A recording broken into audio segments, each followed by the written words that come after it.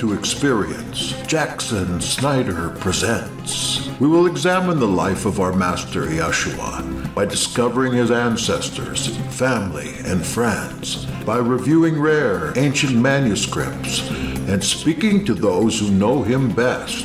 From the Vero Essene Yahad, now experience, Jackson Snyder presents.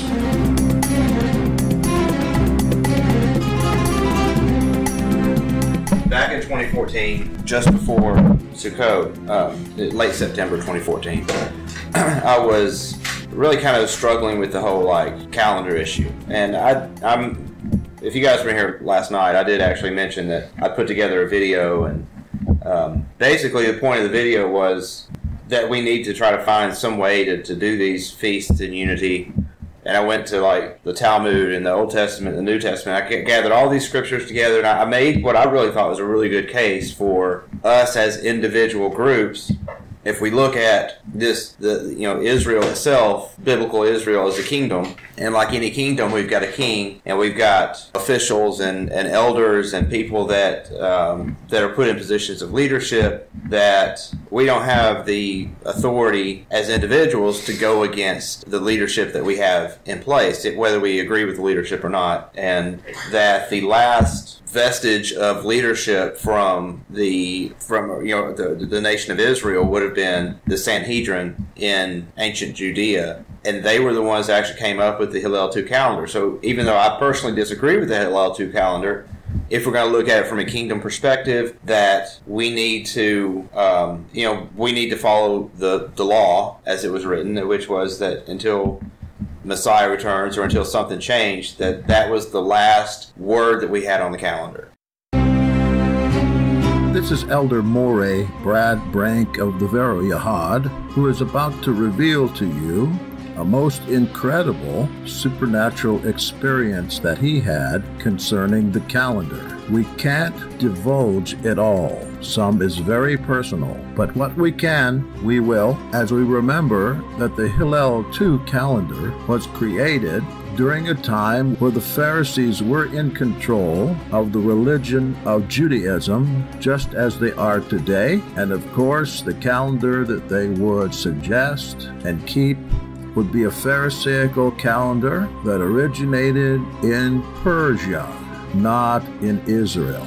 Here's Brad now to continue his revelation on issues of the calendar that he has diligently studied and sought truth for many years, culminating in this Urim and Thummim experience.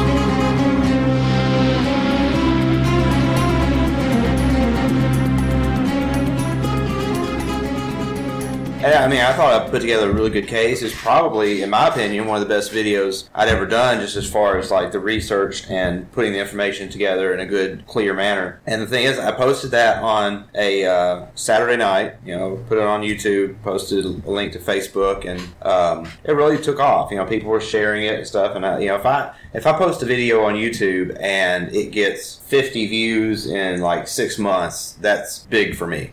Nobody watches my videos. But this one, the next day, when I took it down, I had over 200 views. I don't remember the exact number, but I think it was around 250 views in 24 hours. How fast? 24 hours. Really? It was, search topic. Right. Mine that much. I think that was just from people sharing it on Facebook, sure. Because, what the video did was, I've changed a lot of opinions since then in the way I see things, but essentially I think the Hebraic roots movement, and it's like Jackson says, we're no longer the Hebraic roots movement. Now we're like this Jewish roots movement, and everything Jewish is what people in this walk tend to gravitate toward. And so you got this one group who, and it's not that I have anything against Judah or the Jews, I don't think that we should let them determine everything we do. I think we should try to see, okay, is this something that Yeshua would have accepted? Otherwise we're not really following Yeshua. So that video did two things. One, it satisfied all the people who were just about, I want unity, unity, unity, and that's kind of like this mindset I think that's coming, a lot of it's coming from the church, where everybody has to believe the same thing and do the same thing and look the same and act the same. So that video satisfied them, and it also satisfied the people who were just like, whatever Judah does, that's what we need to do. and so I guess that the fact that this video satisfied both those groups, that's why it was so popular. Anyway, but the problem was, or the issue was, is I didn't feel right about it. Like, I put it up, and on one hand I felt like, wow, I put together something really, really good, but then on the other hand I'm like, I just don't feel right about it. Like, I just didn't have this peace in my heart about it. And I went to bed that night, and I had trouble sleeping, and I got up the next day. It was all day long. I just felt this weight on me, like that was wrong. That was the wrong thing to do. And so at the time, my wife was working nights at a nursing home, and on Sunday night, she would take the children over to her mom's house because I had to work first thing in the morning, and she would just be getting off work, so they would stay with their grandma on Sunday nights. So I was there in the house by myself. It was a few minutes till 7, and so I just, I started praying, and I was asking the Father, is this what you want?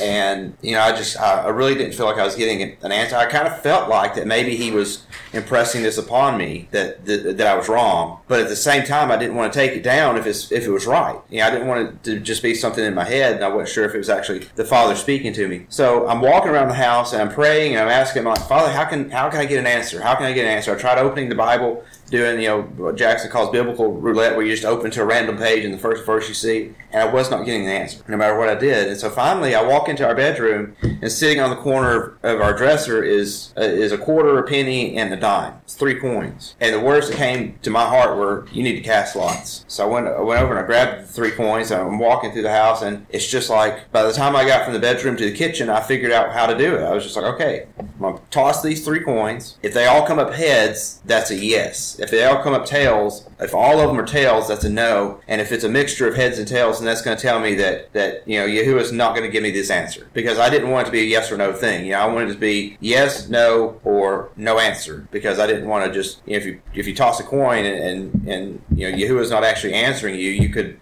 go down the wrong path. I wanted to really feel like he was responding to me. Because the odds of having all 3 coins on heads or tails is relatively low, a 1 in 8 chance. And what happened was, it was phenomenal how often I had an entire conversation with the Father. It was phenomenal how often it came up all heads and tails. I got yes or no answers I would say probably more than half the times that I would ask a question. More than half? Yes. So I went in there. Wow. The first thing I said was, I took them in my hands, I'm shaking them up, and I say, Father, so I'm trying to think of how I asked it.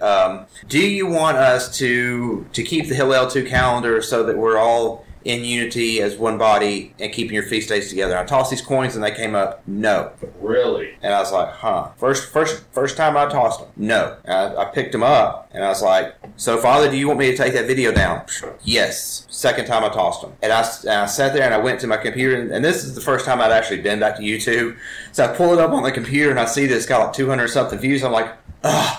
Okay, I asked, I got an answer. There's no excuse for me ignoring it. So I deleted the video. And I go back in the kitchen and I start asking him other questions. I'm asking him about the calendar, because that's what was really, that's the whole purpose for me making that video, was because we didn't know what the calendar was and everybody's arguing and debating it, which I'm fine with arguing and debating it. But at the end of the day, if we can argue and debate something and come to a solution, I'm all for it. But what happened was we were all, at the end of the day, still had these contrary opinions. And it seems to be that this is an argument that is lacking resolution. And at some point, I'm wondering when do we say, when do we determine this just maybe, I guess for lack of a better way to put it, a dispute that, or is this something that, I'm very new to the calendar, very new to it. Right. So if I ask a question that sounds ignorant, it probably is. But it seems to be that for those who do believe in the calendar, this is a very serious thing. There's a lot of people that put effort into it. Mm-hmm. So it's certainly something that needs to be resolved. Well, from that point forward, I had a conversation with the Father, and the answers were consistent. And I will add at this point that, it wasn't that I was leaving it up to chance. I wasn't just asking questions. I made sure every single question I asked, it was,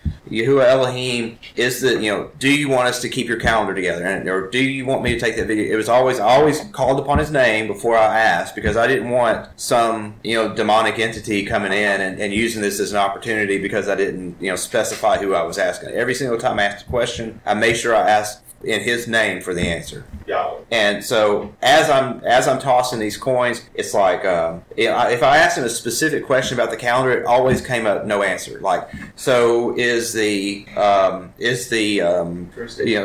first sided sliver of the new moon of the month? No answer. Is the first day of the year the spring equinox? No answer. It was always like no answer, no answer. And it was almost, it got to the point where I would ask him something else and he would answer it. But I'd ask him that, there's no answer. And it got to the point that it was humorous. Like it was funny. And I could almost, if you've ever had a child and like you tell your son something, like let's say on Monday you tell him like, son, don't leave the closet door open. And then the next day the closet door is open. You're like, okay, son, what's wrong with this picture? And your son's sitting there like, I don't know.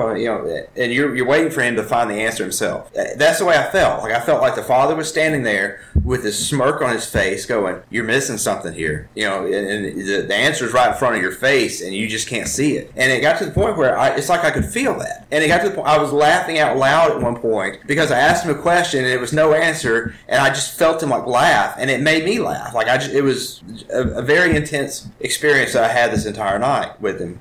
Well, not entire night, but the whole thing lasted for like an hour. I ended up getting a notebook halfway through it and wrote down all the answers, the previous answers I could remember. And every time I'd ask him a question and I got an answer, I wrote it down. And so, but he wouldn't tell me any details about the calendar. And finally, at one point, I got a little frustrated. I'm like, Father, do you want us just to keep the Hillel 2 calendar until we get the right answer? And I tossed the coins, and it wasn't like, if you toss a coin, it's going to... What I was doing is I was tossing them against the wall, letting them fall on the floor. And usually, they hit the wall, they fall on the floor, they bounce around, roll around and stuff. When I asked that question, it was, I hit the wall, bam, no. There was no bounce. It was like a hand grabbed these coins, threw them down, they were all tails. No. Another question. What does that particular calendar represent? The Hillel 2 calendar is the calendar. The sliver.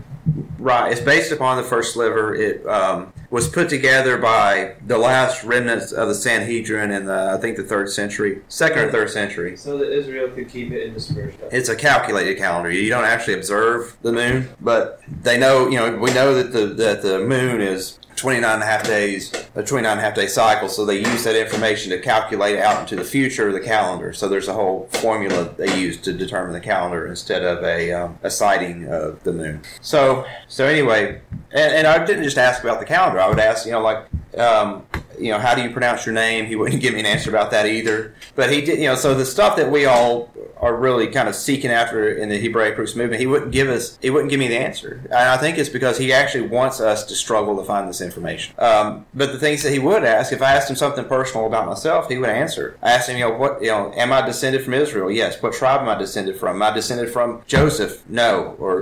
So I went through these 13 tribes, and I only had like maybe 4 or 5 tribes that came up with no answer. Most of them were no. And so you think out of 13 coin tosses, there should be 1 no and 1 or 2 yeses, but it was like 7 answers that were, or 8 answers that were no, 3 or 4 answers that were, a mixture of heads and tails, and then there was the one answer he said yes on was Levi, which surprised me. I actually thought it would be Judah, but he said Levi. That's the only yes I got. Those people intermixed. Yeah, but see, it was right after that was when we started, when Jackson came on Hebrew Nation Radio, and we started learning about the Sons of Zadok thing, and I'm almost wondering if it was related to that, because the Sons of Zadok were Levites. Like maybe it was him I didn't ask him what tribe I was from. I asked him, what tribe should I consider myself to be from? Because I figured that if I was a descendant of Israel, that there would be a mixture of tribes. So what tribe should I be considered, what should I consider to be my tribe? And that's what he told me. And it surprised me. That was not what I was expecting.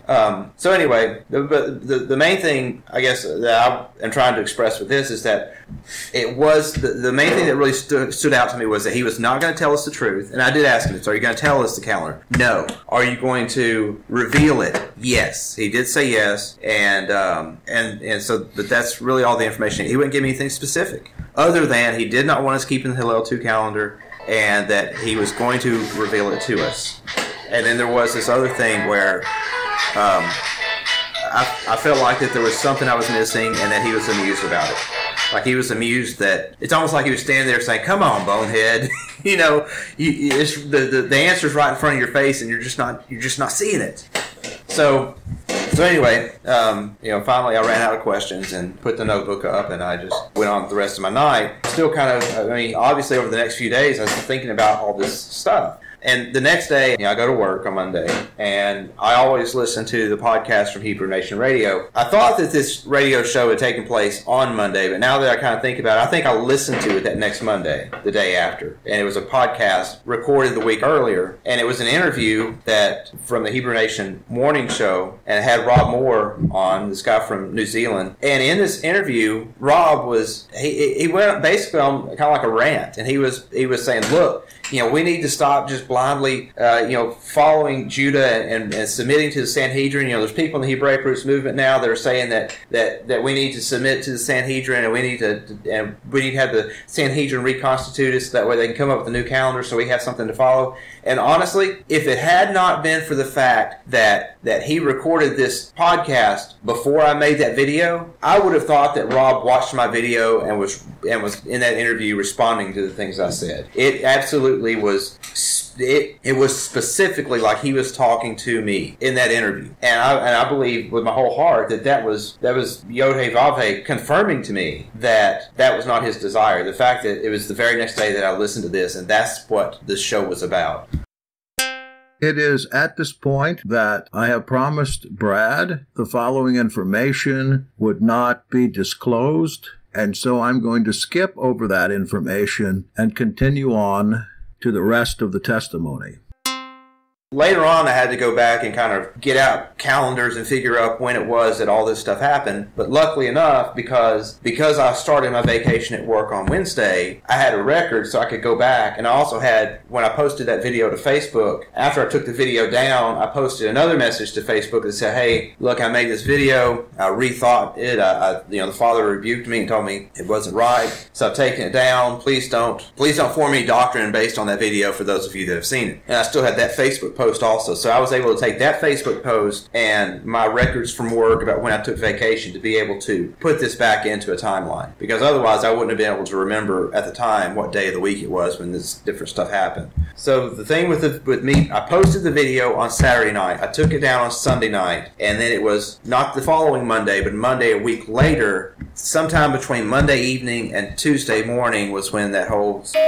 Well, here's the thing. From Sunday night when I took that video down until Monday night when that happened was 8 days. So I've thought about, okay, well, what does this mean exactly? And what I think it means is that was the Almighty's way of saying, when you were casting lots and doing all that, if there was any question about whether I was answering or not, or whether you were just tossing coins and randomly getting answers, this confirms that I was there, because that was 8 days ago. This is my way of confirming to you that those questions I answered, I was answering. It wasn't randomly casting lots. Now, a year later, I start studying James, the brother of Yeshua, and reading the books by Eisenman, and this thing with the Essenes. And one of the things that stood out to me was that in Josephus, and I read it when I read Josephus, and I was like, wow, that's cool. And then later on, I read that Eisenman referenced this again, was that one of the traits of the Essenes is that they would always cast lots to make important decisions. And I'm like, wow, well, that's, but I came up with that before I even heard anything about the Essenes being connected to the early apostles. So anyway, so all that happened. We went to Sukkot after and came back, and me and my wife, we'll sometimes go and have fellowship with this other couple, and we'll go over there on Friday nights for Erev Shabbat. And so we went over there one Friday night, and the lady, the wife of this other couple was like, me and my husband watched this video by 119 Ministries the other day, and it was on the Yom Kippur. And she goes, I know Yom Kippur's past and everything, but this video really touched us, and we would like to watch it again. And we're going to ask you if you would want to watch it with us, because they have the ability to put like YouTube videos on their TV screen. And we were like, okay, sure, we'll watch it. So we're watching this video, and the name of the video is something like "To Fast or Not to Fast" or something. And the point of the video is when it says in Leviticus on the Day of Atonement you're supposed to afflict your soul, does that actually mean you're supposed to fast? And they go through and they do some scriptural research, and their conclusion is that basically when it says to afflict your soul, you are to afflict your being and really kind of look inside of you and ask yourself, does your doctrine line up with the Almighty? And you are to struggle with that, about whether you are doing what's in His will. And everything that they said, and I'm trying to summarize a 10 or 15 minute long video, but everything they said, about 3 minutes into it, I just sat up and I was like, that's exactly what I went through. Everything they said was exactly what I was struggling with and exactly what I did. When that night that I took that video down, I was struggling all day long from Saturday night until Sunday night. And I took that video down right about sunset on Sunday night. And it was just like everything that they're talking about you're supposed to experience, according to their scriptural, exegesis, was that you are to struggle with this question about whether your doctrine lines up with his doctrine. Yeah, and so I was just like, whoa. And here's Brad Brink to complete the vision.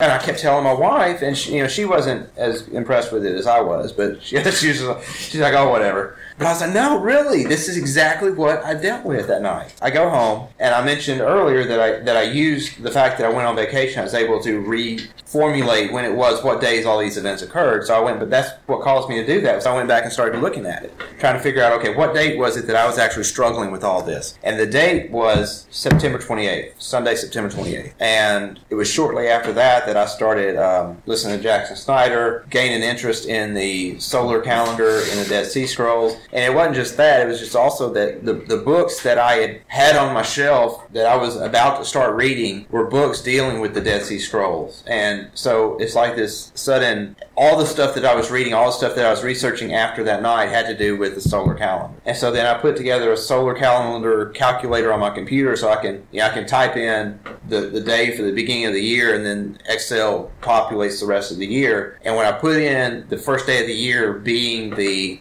date of the vernal equinox in 2014, according to lifetimeanddate.com, September 28th comes up as Yom Kippur. The very day that I was going through this whole struggle, when I felt like, then I watched this video, and that's apparently what we're supposed to do on Yom Kippur. So I don't know if that means, and so, that's what happened to me. That's my experience. So when we're talking about the five-legged stool that we were talking about the other day, where the fifth leg is personal revelation, that was my personal revelation. Trying to think if I left anything out. I kind of feel like I did, but I can't remember what it is. With your understanding of September 28th, would that have been, September 28th would have been a day before, that would have been Saturday or Sunday. So if Yom Kippur runs sundown to sundown, I would have posted the video to YouTube. It was after sundown. It would have been late, Saturday evening, because I think I began recording the video, like I worked on the video, all Shabbat. I was putting it together, the presentation, and then after sundown, it was after dinner. It was when I actually sat down on my computer and recorded the presentation, and then posted it to YouTube. So it would have been Saturday evening when I posted it, and then it would have been Saturday evening, Sunday when I took it down. Yeah,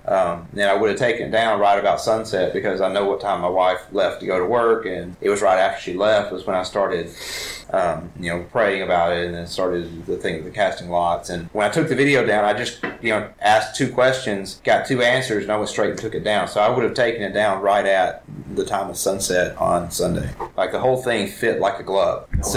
Now I know why Abba asked us to have faith. So taking all the evidence, and I've had a year and a half to really kind of think about this and go over it in my head, and I don't know, the weird thing about the way that he showed me the whole thing with casting lots was true. That whole what I think it means. I don't think that the Sabbath is supposed to change. Like in the calendar discussion, I don't think that at the end of the year we're supposed to have like an 8-day week or whatever, where the 364th day of the year is a Sabbath, and then you wait and then you start the Sabbath week over again. And so one year the Sabbath, like this year, a lot of people keep in the Enoch calendar, the Sabbath is on Tuesday, and then next year it's going to be on, I think, Thursday, because I think this is a leap year, and then the year after that it's going to be on Friday. I don't think that that's the way we should do it. I think that the Sabbath is on a Saturday. Like I don't think we have no evidence. And I know a lot of people talk about, was the Sabbath ever changed? Well, the calendar was changed, so therefore the Sabbath was changed, but history doesn't show that. History shows that the weekly rotation is separate from the calendar. And it really grits my nerve every time somebody says the Gregorian Sabbath, because the weekly rotation predated the Gregorian calendar. We had that in the Julian calendar. And even before the Julian calendar, we had the weekly rotation. We can trace that back. And people say, well, Saturday is for Saturn, and people say, oh, you're doing the Saturday today. It's like, no, I'm doing the Saturday. We're going to interrupt Brad right now for our daily dose of feckless platitudes. We'll be right back. Jackson Snyder Presents is back. I mean, there's evidence that the Romans actually named it Saturday to make fun of the Jews because they were keeping the seventh day. But you go to almost any other language in the world, and it's a derivation of Sabbath. That's right. Sabbatone or Sabbath. Way back. Yeah. Prior to the first century, they were keeping it on Saturday back then. So. Yeah. Pretty So- good chance you shoot us. So what I don't think, I think we just need to go ahead and stand on that. Like, I do not believe at all that we should ever change the weekly cycle of days. It's always a 7-day week. There's no unless somebody comes up with evidence that it changed. Like, even people that read the Enoch calendar says nowhere in there. And then at the first of the year, you need to reset your Sabbath to be this day. People just assume that based upon the fact that the Sabbath does not fit the yearly rotation as described in Enoch. But I personally think we were on a different. I personally think back then it took 364 days for the Earth to go around the sun, and then at some point it was changed through some kind of astrological event to 360 days. Because you can read in Velikovsky's work where he did the research that every society in the world had a 360-day calendar up until the 7th century BC, and then suddenly they all changed to 365 days. That tells me, and it changed at the same time as Hezekiah's sundial, or Ahaz's sundial. It changed then, at approximately that time, and I think that was an event that altered the course that the Earth takes around the sun one way or another. I don't know the mechanics of how, but it altered it. That's the only way that every society in the world could change from a 360-day calendar to a 365-day calendar. That's the only way. At this point, let me interject my understanding. I have traced the Sabbath back too, especially through linguistics. And my conclusion is that the seventh-day Sabbath has not changed, and the weekly course has not changed. What has changed in Israel is the bringing in of foreign calendars. The Sadducees, after 175 BC, brought in the lunisolar calendar from Greece, and the Pharisees brought in the so-called observation calendar from Parthia. These were artificial calendars imposed upon the people of Israel for economic reasons. And in Yeshua's day, 1st century AD, quite a number of calendars were being used. The official calendar was a Sadducean lunisolar calendar from Greece. The Pharisaic calendar was something like the observation calendar. Pharisees and Sadducees had different Sabbaths, and Enochians, like Yeshua and the Nazarenes, used the old priestly Davidic calendar. And this is one of the reasons why Yeshua was always in trouble for Sabbath breaking, because his Sabbath was quite different than that of the Pharisees or Sadducees. And the historians of that time tell us that there were thousands and thousands of Enochians in every city in Israel that, I assume, kept the Enochian or Old Priestly calendar of the Davidic kingdom. So these other calendars with their moving Sabbaths, they are, by all accounts, artificial calendars, and it is our intention, through research and study, to bring back the calendar that Yeshua used. And if we can get to that, then we have no need of going back into pre-1st century literature. That is, if we consider Yeshua Messiah and King, would he use the lunisolar calendar of the Sadducees? No, I don't think so. And we've been on a 365-day calendar since. So at one point, 364 days worked. Then they had to change it to 360 days, and now we're on this schedule where 365.25 days does not work in a 7-day week if you want the day of the week on the same day of the year. So we just got to understand that, okay, the 7-day week has been preserved. We know for sure, we can research and look at what dates Easter fell on in the 3rd and 4th century to know that the weekly rotation hasn't changed. I mean, that's one good thing the Catholic Church gave us, is that we can use their information to confirm that the weekly rotation has not changed in 1700 years. And if it hasn't changed in 1700 years, then why do we think it's impossible that it hasn't changed in 3400 years? I mean, I don't personally think we're a whole lot smarter than the people before Yeshua's time. But then that also, when we're talking about with the calendar that the Essenes were using and the calendar that Enoch, we have in the book of Enoch, the only way that the 28th of September would fall on on a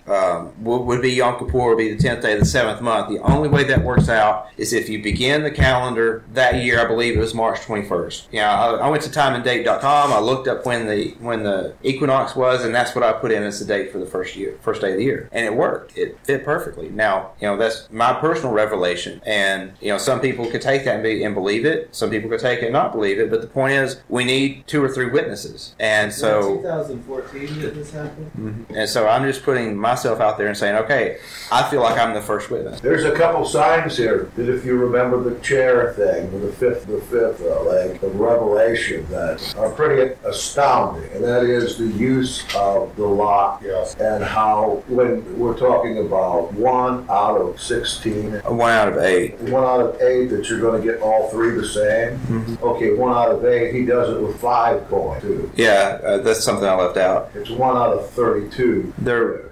was a couple of weeks ago. I knew I was coming here, and so I had to actually put back some money to be able to come here and be able to have spending money and stuff. So I had this money that I had put back. It wasn't a lot; it was a couple $100. And I had somebody who came to me. It's a single mom, had children. Children whose father did not support these children, who needed help. And my first response, the first thing I thought was like, well, I don't have any money to give her. And as soon as I thought that, the father reminded me, like, well, you got this couple $100. And I was like, but if I do that, that's going to make it, difficult to afford to get all the way down to Vero Beach. I don't know how much gas it's going to be and that kind of thing. And I told her, well, let me see what I can do. And, this is something I struggled with for a couple of hours. I was like, because I wanted to help her, but at the same time I was worried about, having money to do this. And so I went and got, 3 coins out of my car. And as I did that, I had this feeling in my spirit where I felt like that Yah told me, use 5 coins. I took 5 coins out. And I took them and I said, Father, do you want me to send this lady the $200? And I tossed them, and it was 4 quarters and a penny, and all 4 quarters came up heads. And I had to dig the penny out from underneath I was doing it in the floorboard of my car. I was standing next to my truck, and I had to dig out the penny. It was on tails. So it was a no answer. So I had 4 yeses and 1 no, and I scooped them up, and then I did it again. I said, okay, Father, you want me to send her 100? And I tossed them, and all 5 of them came up heads. And I was like, what is the odds of that? Now the odds of that's 1 in 32. Now you got, just think of the quarter, 2 times in a row, all hit. Right. So I'm sitting there and I go, I guess I'm going to send her 100. And then I got in my car and I started riding to work, and I'm just thinking about this. Why did he give me why was it 4 and 1 like that? I mean, I knew that there was a message behind it. And finally, the message I had was, I want you to send her this 100, but I would like for you to send her the 200. But I'm not going to tell you to do that. The other sign here, the big sign that is incredible to me is this, he just experiences out of the blue somehow. What was the significance of that again? What were you looking to find out? Well, the timing of the YouTube video from when it went up. I mean, that's the whole timing of everything. Yeah. I mean, I'm inclined, I'll just be real with you, Jackson. I'm inclined to believe that he's telling the truth. I really am. I think that it's legit. I believe in the use of lots. I've never used them myself because, quite honestly, it's not something that I've really ever felt like I've had to do. Mm-hmm. But I don't have a problem with it, and I don't have a problem with it because I know that the disciples did it. One of the questions I asked him that night was, I've never heard his voice. I've always wanted to hear the Father audibly speak to me. My wife does. She's had experiences where she's heard him tell her to do something, do specific things, like you need to take this note to this person, things like that. I've never had that. And I asked him, am I ever going to hear your audible voice? And he told me no. So that to me was heartbreaking. So whenever I say that he talks to me or he said he gave me a message, it's not that I heard him. It's like I'm thinking about something and an idea pops in my head that seems to come out of nowhere. And for me, it's hard for me to discern whether it's my own thoughts or whether it's him. I'm not like a lot of people that I talk to. They get a message from him and they know that's from him. But for me, it's always a struggle. Like, is it that really him talking to me, or is that just me coming up with a stupid idea that's going to get me in a lot of trouble? From experience, it takes a long time to clear your mind to the point where you know specifically that you're hearing from Yahweh. It took, working on getting rid of all the garbage in my mind and learning this is a tool. It's not a storehouse. Get rid of all the stuff that's in it, because 99% 99.97% of it is yesterday and it no longer matters. Yeah. You know, clean this out, give yourself a clean slate, start over with, you know. Yeah, You do that. I listened to your presentation 2 or 3 times when Jackson posted it because that's information I wanted to have. I believe that I believe you speak truth, and I'm certainly. It's a really good book on how to hear the Father's voice, and might be good for people to get it. It's written by a Christian. It helped me. I don't, like right now I have been in the wilderness, but it doesn't take me anything. Yeah, and that was my point with saying what I said about I don't hear his voice. This to me is the casting lots thing is my way of now. I actually have a way to confirm something. If it's an important decision, like me sending that money, I wanted to help this person, but at the same time, I didn't. Part of that money I felt like the Father had given to me specifically so I could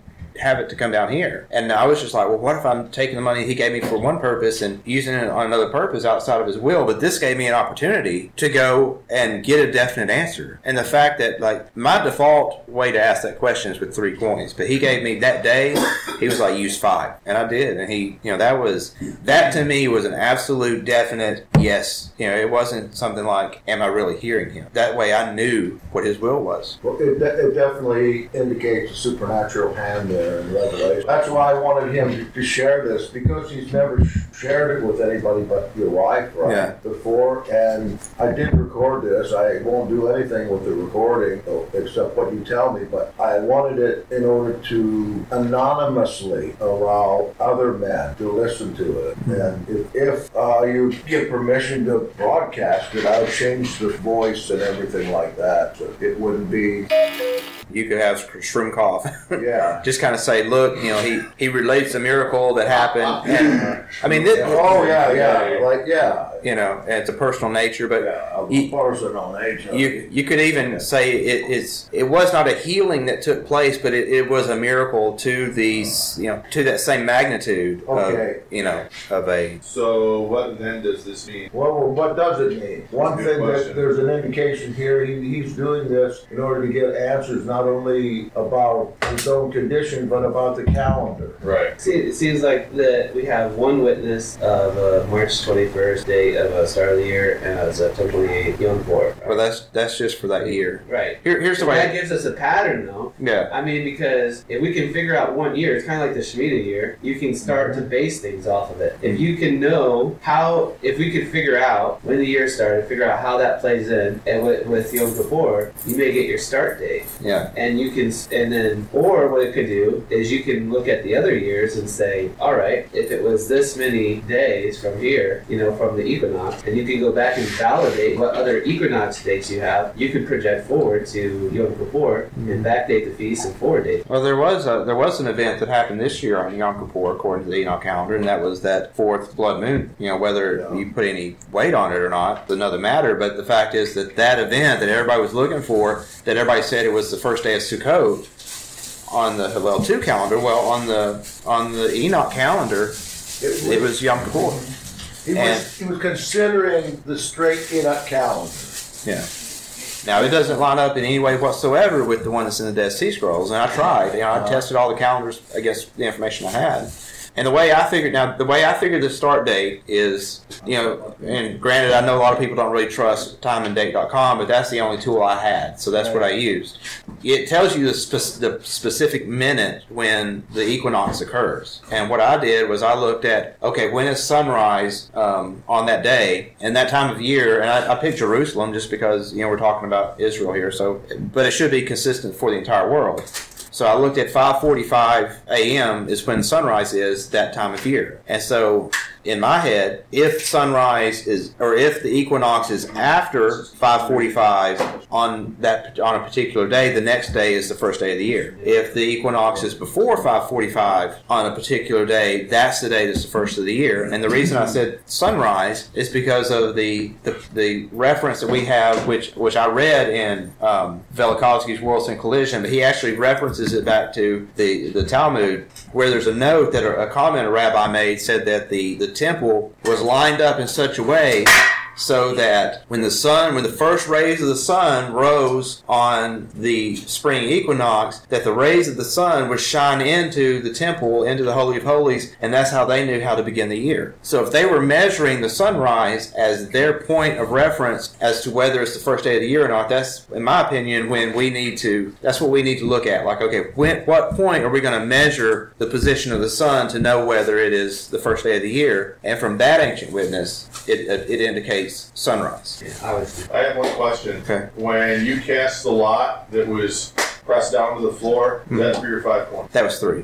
The only time I've used 5 coins was when I was doing it over a couple of weeks ago about that money I had. Every other time it's been 3 coins. I actually have done lots a couple times. I did it one time in a specific situation, and it was like, it came out exactly right. Later on, somebody asked me how I came to the conclusions I did. I told them that I told the father, I want a yes or no question, and they were kind of like, oh, that's testing the father. You should never do that. And that was like, didn't bear witness with me at all. Yeah. Testing the Father is a high form of praise. Anybody that looks at the Psalm. Testing his father and putting the father to test are 2 different things. Right. Don't make him protect you for doing something stupid. Yeah. Is what that means. But he also tells us to ask. In fact, the Israelites are punished numerous times because they didn't ask. They just went and did something. And then these people, we were also Christians at the time, and so their thought, was typical Christian. The casting a lot stopped and asked, so we don't do it anymore. It's like, whatever. Well, and my wife has reservations about it too. I think for her, and I may be misquoting her, but I think she says something to the effect of that. To her, it just seems kind of close to like gambling. Of course, she was raised in Pentecostal church, and that, so I could see her having that kind of a hang up about it. But to me, I mean,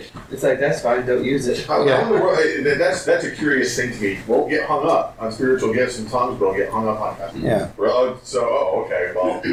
And that's what everything Christian church does. Oh, Matthias was an apostle because they cast lots, right? But she's also somebody that actually will hear his audible voice at times, and so for her, I think she also looks at it like, well, why would I need to do that? Whenever if he wants to tell me something, he'll just tell me. But I don't have that experience. I don't have the confidence that if he wants me to know something, he's just going to tell me. I don't hear audibly externally. My wife has heard his voice externally. Yeah. I hear him audibly within. Yeah, that's Well, man. Yeah, Say my audibly within. Sometimes way louder than others. I'm gonna look into it, see what calendar ways work for that to be it's to go.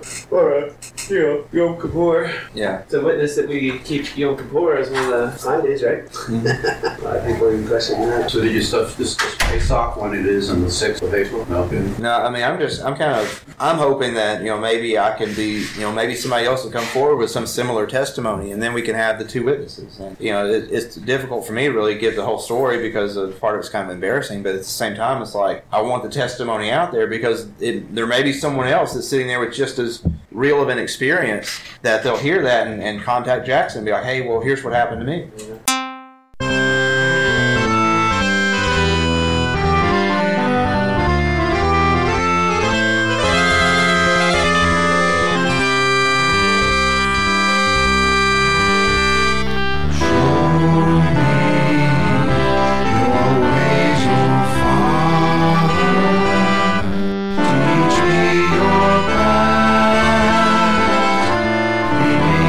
Your truth.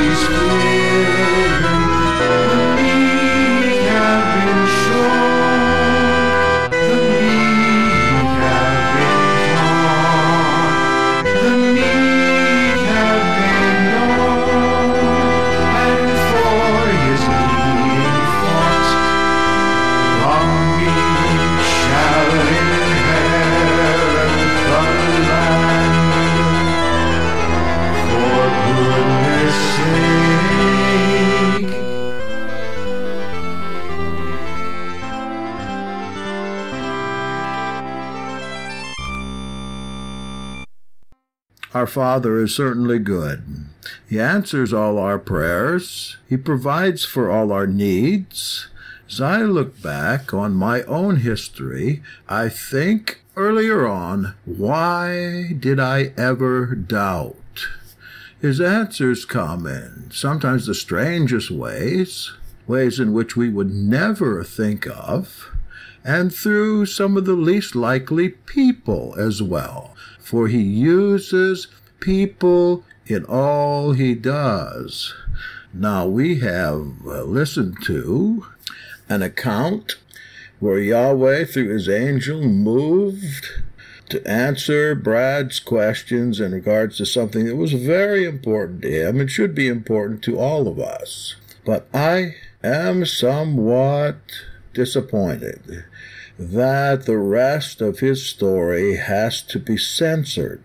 If we were in the kingdom now, on earth, it wouldn't have to be. But because of it's of a very personal nature, it must be protected. But let me say to you, the miracle that he experienced that we cannot talk about is one of the most profound personal acts of the priest in the Kadosh dimension that one could ever imagine. And this whole testimony has not only strengthened my faith and the faith of those in the room that heard it, because we all agreed it was an angelic manifestation, that my faith personally is strengthened to a degree where I can say without reserve, all things are possible through Elohim and his righteous angel. I hope you have enjoyed the program. We have some exciting announcements to make, so stay tuned because we will be making them right here on Jackson Snyder Presents of the Vero Essin Yahad, sponsored by our good friends at Hebrew Nation Radio. Support Hebrew Nation Radio. You know you love it. You know you need it. And if you enjoy this program, you will want to keep it going with your financial offerings and gifts and sacrificial service. Amen. Amen. Jackson, I sent you an email. We never got a chance to discuss the prophecy of Enoch of the 10 weeks. I sent you my friend's paper so you can take a look at it. I think you're going to like it. Discuss it right now. We're doing eschatology. Well, I really need to take a shower. Well, when you get back then. I'm going to